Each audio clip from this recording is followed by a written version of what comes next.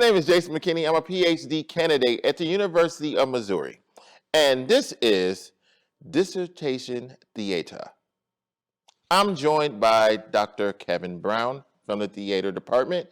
He is my dissertation board member, 1 of 4, and he's going to interview me today on my chapter 5. No, I did not write chapter 5. I'm doing a video interview, covering everything that we have to do. It became tedious. Just a brief understanding. I only have 5 digits for both hands and got a little tiring typing. So I came up with the ingenious idea along with my dissertation board to do a video of my chapter 5. I hope you enjoy. So, Dr. Kevin. So Jason, where did your dissertation topic come from and what sparked your interest and why? Well, my dissertation topic came from my experiences as a Black student, not just a graduate student, but a Black student.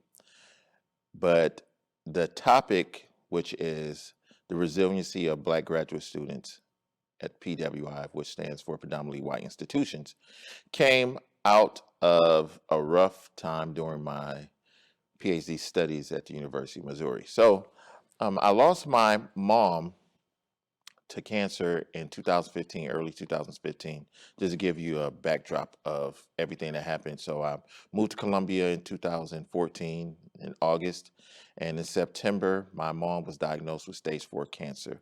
So I was probably on campus between 50 and 55% of the time. I was going back and forth, checking on my mom.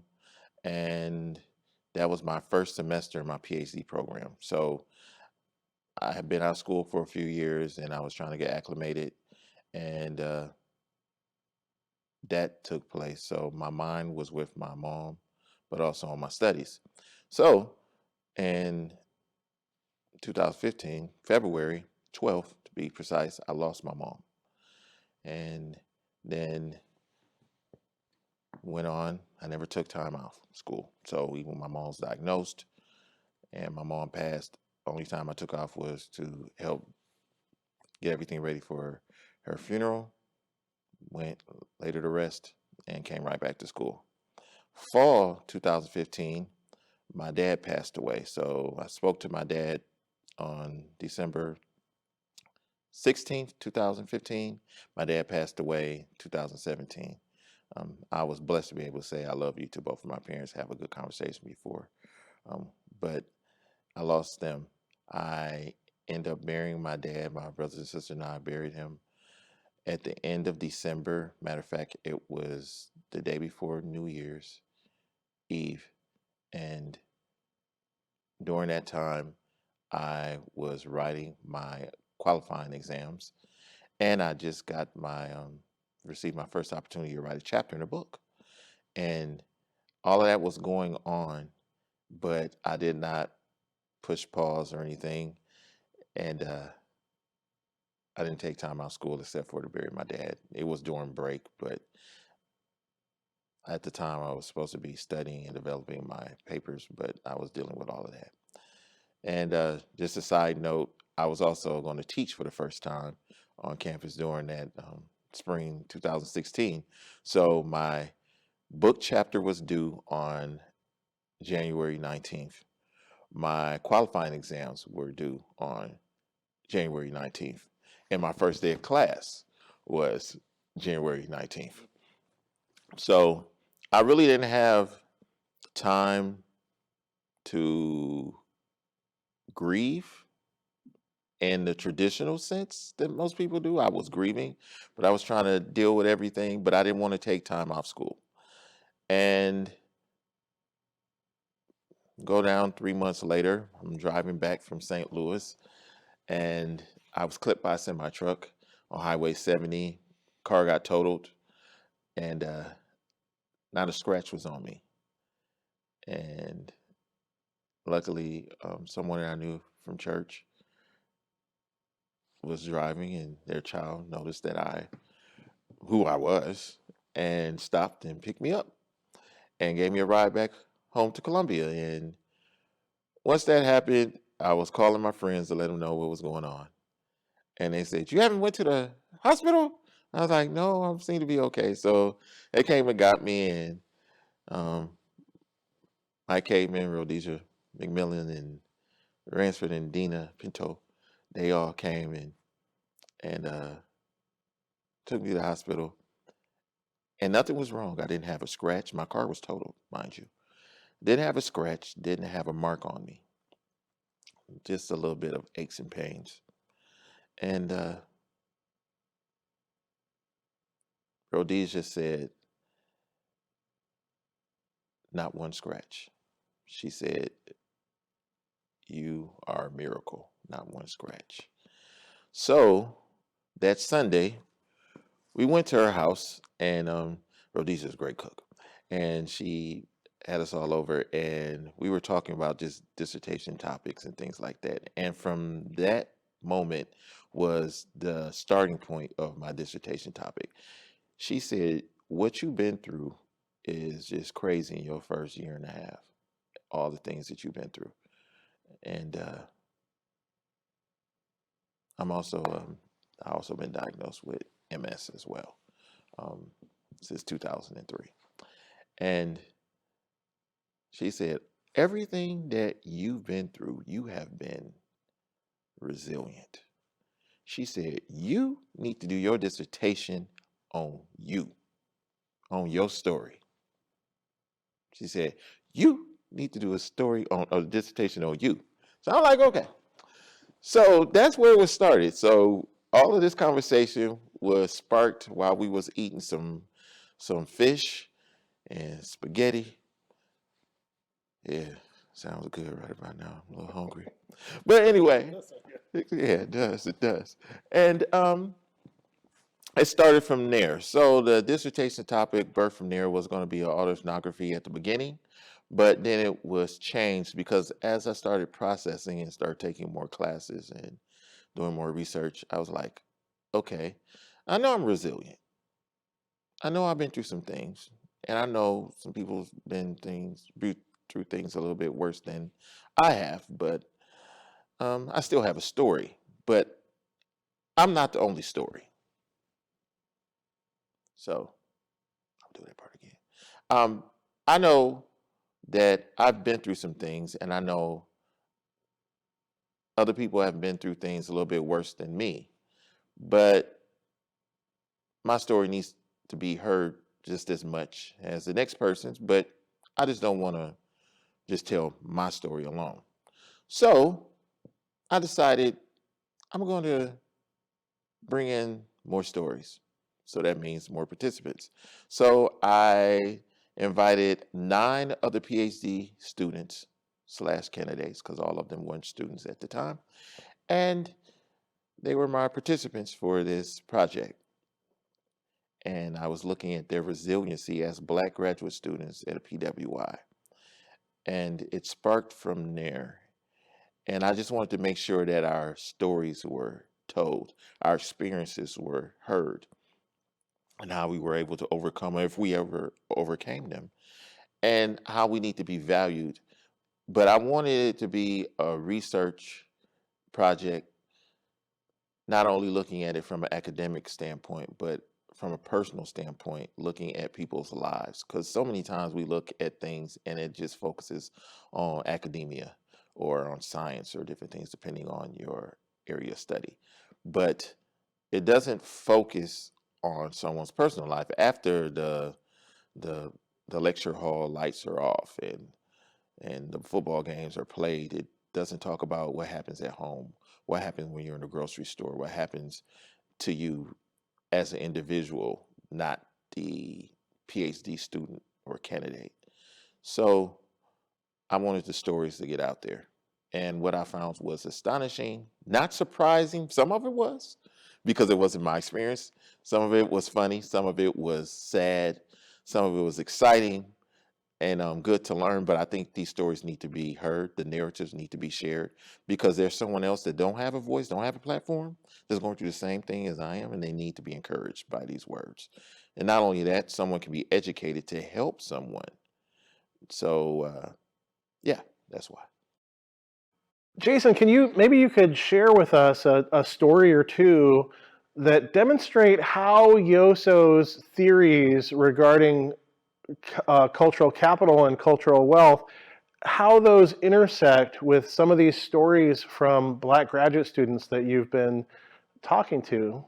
Yes, Yosso's capitals. I love Yosso's capitals. It's six of them. So it's aspirational, social, linguistic, familia, basically means family. Then there's navigational capital, and then resistance capital. And all of these capitals look at different components of a student's life. And I wanted to use that as a lens to look at the stories of my own life as well as my participants. And that's why I incorporated that. But in doing so and listening to their stories and analyzing it, I find that Yosso's capitals is not viewed, or should I say, not activated individually. They can be sparked by something, or they can ignite another capital or oppress another capital, depending on the situation or how it's viewed. So, a story. So, I will speak on Molly Dickerson.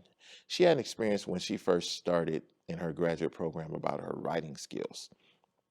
And she thought she wasn't adequate enough. So that was looking at her linguistic capital of communicating. She also felt a little bit scared from a social capital standpoint because it was a predominantly white institution and the environment there wasn't too inviting to someone that looked like her who was black. So she wanted to find some way to empower herself, but she couldn't because she wasn't getting it from a social standpoint. She only found a safe haven in the African Americans department there, where she was able to find a home to feel secure and to build up her self esteem, I should say, um, in a sense, because she had imposter syndrome, thinking that she wasn't good enough. But that also impacted her linguistic capital, thinking that her writing wasn't good enough. But at the same time, because of that viewpoint of her writing, she also thought socially she wasn't being able to connect with the environment. But over time, she was able to develop those skills and evolve. But her deficit view of her linguistic capital also impacted her social capital because she thought she wouldn't be able to be social. But she had to go and find somewhere that connected with her familiar or family, which was the African American department, where she found a group of people that supported her and nurtured her, that she was able to build herself up.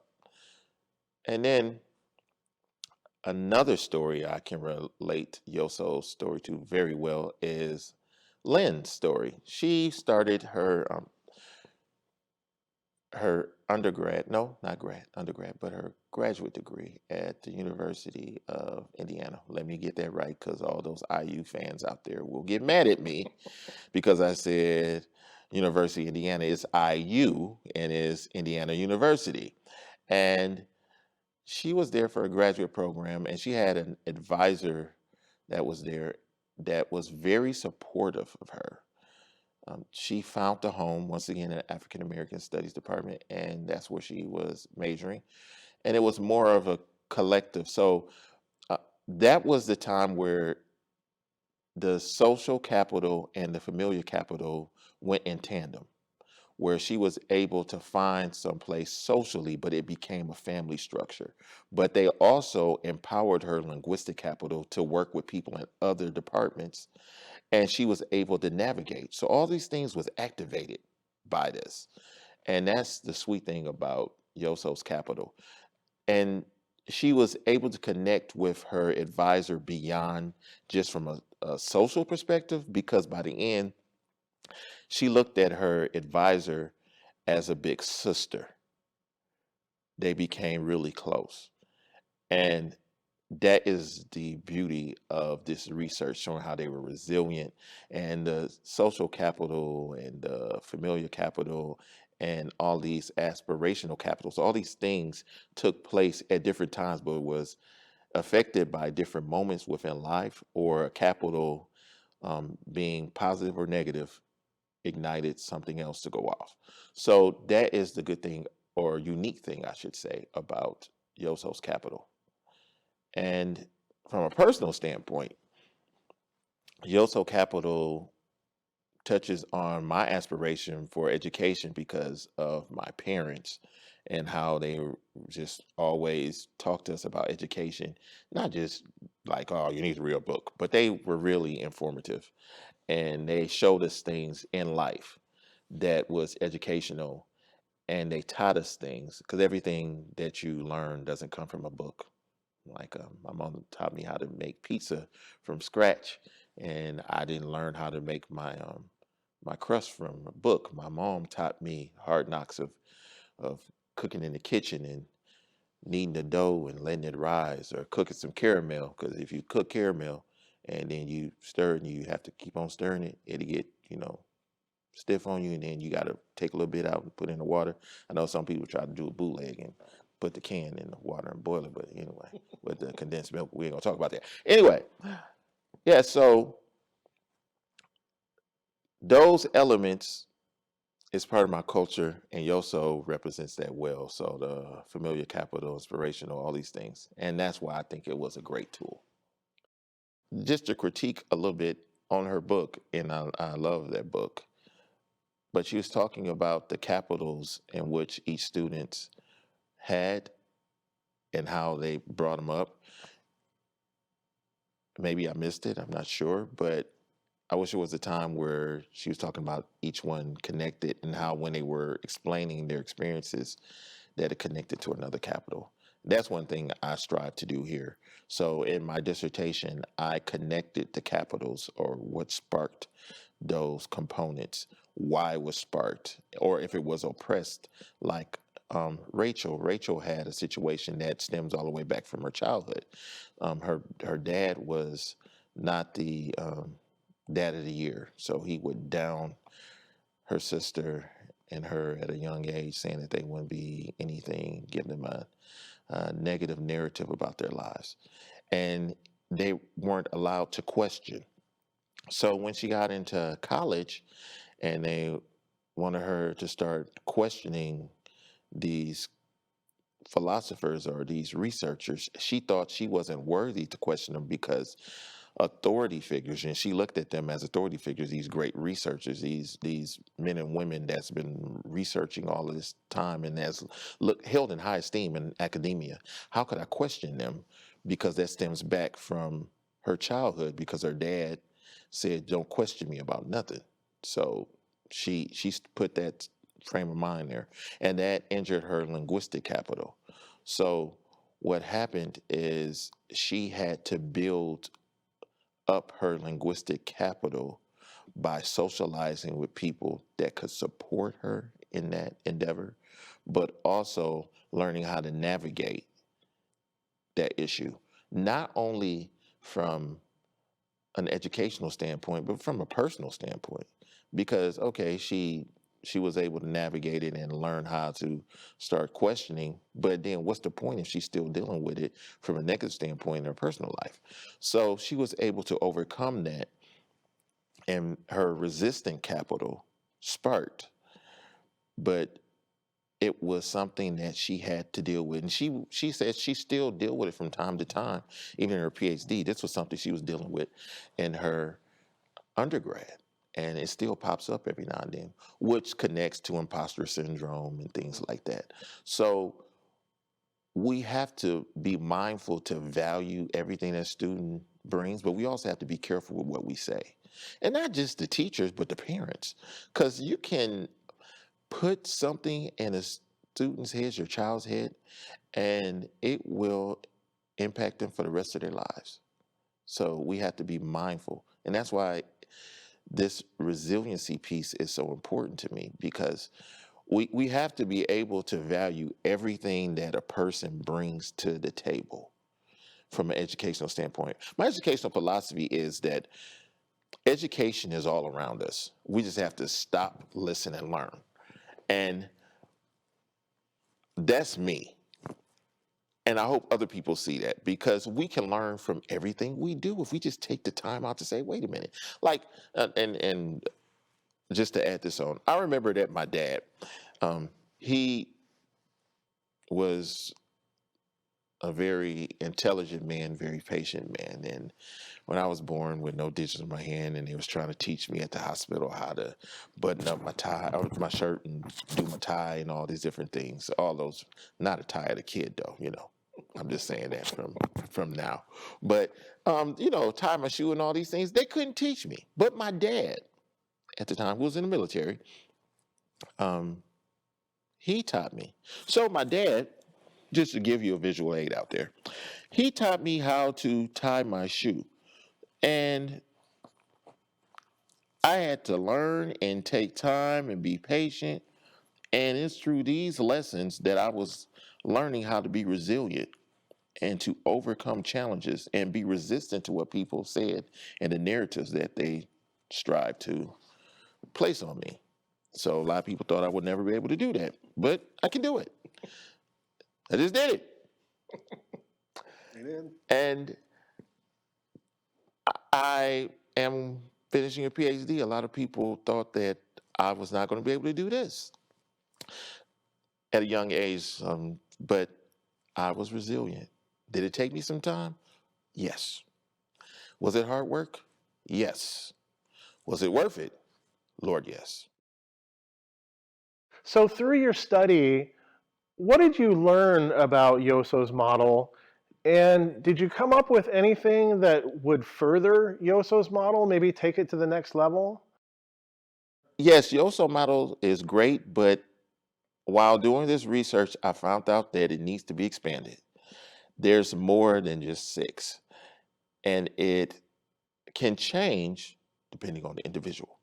But so far, what I found in this research is one is spiritual capital, and the spirituality, something that someone brings to them from within from a spiritual standpoint. So like, I'm a Christian, I'm a believer of Christ, but someone else might believe in Buddha, or they might be Muslim, but it's a spiritual capital, and it connects to who they are. So we cannot downplay that. We have to value that. And that, along with 8 of my other participants, pointed to that as being a component that empowered them or kept them resilient. The other one is embodied capital. And I use that term embodied from coming from within. Embodied capital, your own self-worth, your self-esteem, who you see yourself as. So you might envision yourself as being this powerful person, so you act as though you're that powerful person. You just started that, and then your community, your family, just empowered that even more by encouraging you and supporting you in that effort. But you have something within. It probably was sparked from somewhere else, because some people get that from the outside and then it's built in. But some people have it from within, and then it's enhanced by the support system that they have. So I think the embodied, because there was a few of my participants that already viewed themselves as having that, as well as myself. There's some things that I know that I have within. So those are 2, but I know that there's more. But that's what I found so far, and I want to expand on this research, talking about the other capitals that people bring along with them, because what Yoso discusses in the 6, in her cultural wealth and cultural capital model, is good, but because they connect, it brings in other capitals. So, like with your family or familiar capital, another capital that may be brought in that's not discussed sometimes is spirituality. Like for me, spirituality was a big part of my development as a kid. So I developed a relationship from that sense and built that capital as a young child. So that is a part of my capital along with all the other 6. So we have to value the things that students bring with them, which is why this research is so important. because you have to value what people bring. But oftentimes in PWIs, in education in general in America and in other countries as well, but I can only speak for America, is that minorities' cultural wealth and cultural capital is not valued often in our walls of academia. How do you see these stories sort of influencing the way that predominantly white institutions work? Are there things that you've learned that can help predominantly white institutions be better and improve?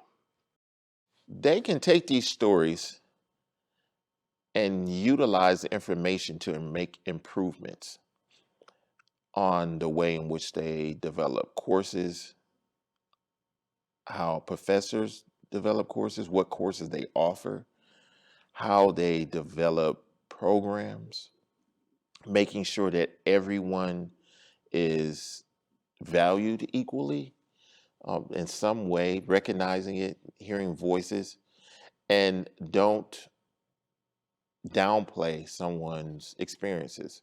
They have to value people's experiences. So I think that's one thing. The other thing is the way in which we use this information to train the students that we bring in. So, for instance, I'm just going to talk about PK-12 for a minute, how higher education develop teachers, because I believe it's a cycle. My experience as a PK-12 impacted the way in which I viewed higher education. So that means that the teachers that was trained during that time from higher education and the way in which they viewed the world developed how they taught me and other students. So I think it's important that PWIs put these principles into perspective and change the way in which they develop teachers, principals, deans, all of these other administrators as well, and make sure that they know the wealth that the students bring to them. Sometimes they rely on what they see in social media or their own preconceived viewpoints instead of understanding the cultures that they interact with. Because even though a large majority of our teachers in America are white and female, there's a larger population that they will interact with that is diverse. America is becoming more and more diverse. So why continuously focus on just teaching one population? They might diversify it a little bit. I taught a class here dealing with the diversity of communities, but I think it needs to be dealt with even deeper. Not just one class. I think it needs to be incorporated in all of the classes that they teach, and not just in education, but people need to learn it from a science perspective and things like that. And the reason why I say this is because we are not going to be working or dealing with just one group of people. We need to be mindful of who we are interacting with. Education, especially higher education, become a business. And from a business model, you're always supposed to know who is your clientele. So if you know you're going to be dealing with a global group, you need to prepare your products, which are professors, teachers, researchers, things like that, to be mindful of the global world and be able to interact with them efficiently and effectively. So I think that way I think it is I think it's important that people need to understand that, and PWIs need to get an understanding of that, because PWIs, predominantly white institutions going out to serve a very diverse world. That doesn't sound good. So I know someone probably thinking, oh, well, what about HBCUs? Those universities were developed because PWIs wouldn't accept a diverse group of students looking like me. So they had to develop. And even those schools are dealing with diversity and incorporating different styles. They're developing different styles of interacting with diverse group of students while still staying true to their Black roots. whereas PWIs are staying close to their white roots while not diversifying and valuing the diverse group of students that are coming in. You know what I'm saying? So I think they need to change that. And lastly, diversify the staff, the professors, the administrators, diversify them, allow them to have students in those classes that I can look and be like, okay, I don't know their background. I'm sure they'll be able to relate a little bit to me, whether they be female or male, um, whatever gender. Just have a diverse group, because holding things and thinking that it's going to be okay just holding it, or having the same car and painting a different color and putting some new wheels on there and it's the same engine, is not going to change anything. And I think that's what's wrong with America's educational system. We need to change. We need to evolve. We need to become global, from a global perspective. We don't have to lose our American mindset. But first of all, America need to be honest with themselves about their past, their history. And then once they do that, I think they'll be better, because it's more diverse and bloody than we want to let on. Let's talk a little bit about conclusions. So maybe you could start and just kind of wrap up here. What did you learn? What did you conclude from this project? Um, what maybe were limitations, things that you couldn't include this time? And then maybe how would you take this research and expand on it? What's next? What's next for this project, and what's next for you? I'm gonna start with the limitations first. The limitations of this project is a couple a couple limitations.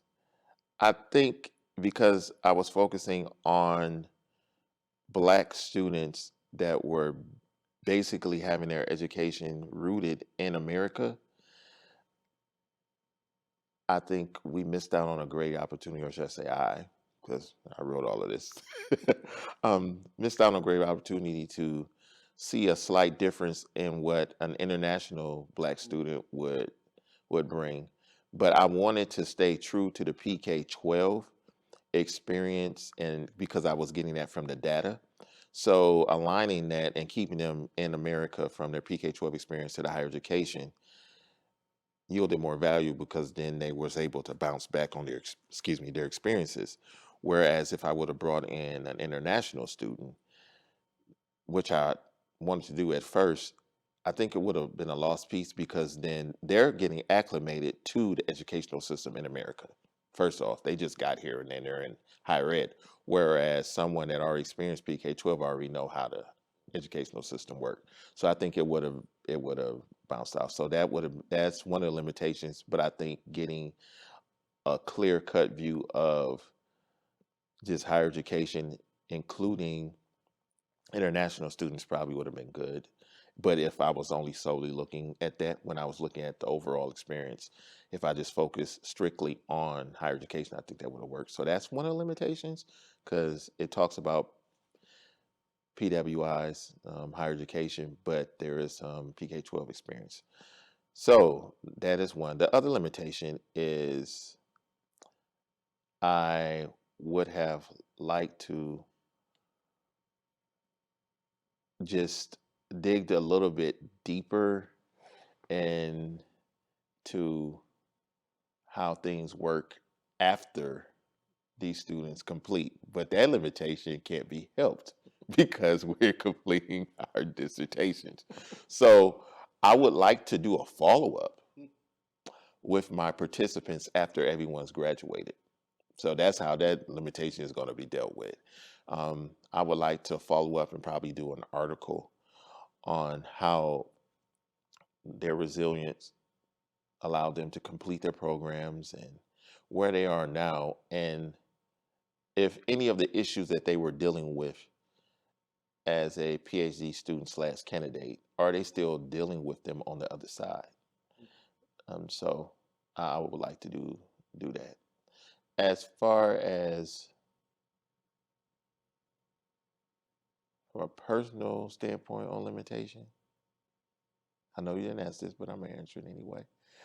Um, there was times that it was just a little bit rough uh, for me. I had to go back. It was limiting at times because of some things I had to deal with personally that I had to put down, and I hadn't looked at in a while, or it was a story that was told that I was like, okay, and I wanted to get past it, but I had to deal with it, and it was okay, but I had to deal with it. So, and I call those limitations because you're not able to get through it, but I think it's also a growth process as well, and that that would be it on the limitations piece. So what's next? What is the next step for this project, and then what is your next project going to be? Hmm. Well, I'm gonna go from professional to personal. So projects. First, graduate. Walk the stage. Tilt the top of the morning to you with the hat. Hey, walk the stage, get that PhD tatted on the back of a paper. Not on me. I don't like tattoos. And but if you got one, that's cool. That's cool. And move forward, land a job. I would like to work in an administrative role, but I would also like to teach. So right now I'm looking for a position either as a diversity director dealing with equity and inclusion, or a faculty member in the educational department dealing with PK-12 or higher ed. That is from a professional standpoint, as well as from a researcher standpoint. I want to write a couple of books dealing with my story and research, broaden it out, and write some articles, get out there, and just do collaborations. I I wouldn't mind doing a collaboration one day, probably with Yosso or something. That would be sweet. Or someone dealing with resiliency. I would love to do that. And from a personal standpoint, just continue to grow in my knowledge of education and culture. Because even though this dissertation is focused on Black graduate students, I don't want to limit myself to just Black graduate students. So the next group that I want to research, but using the same lens, is international students. I have a lot of international friends, and I want to hear their stories about their struggles or their experiences in higher education. And then I want to look at students with disabilities, and then females. I think that is an area that is not often viewed, and I want to make sure that that is valued.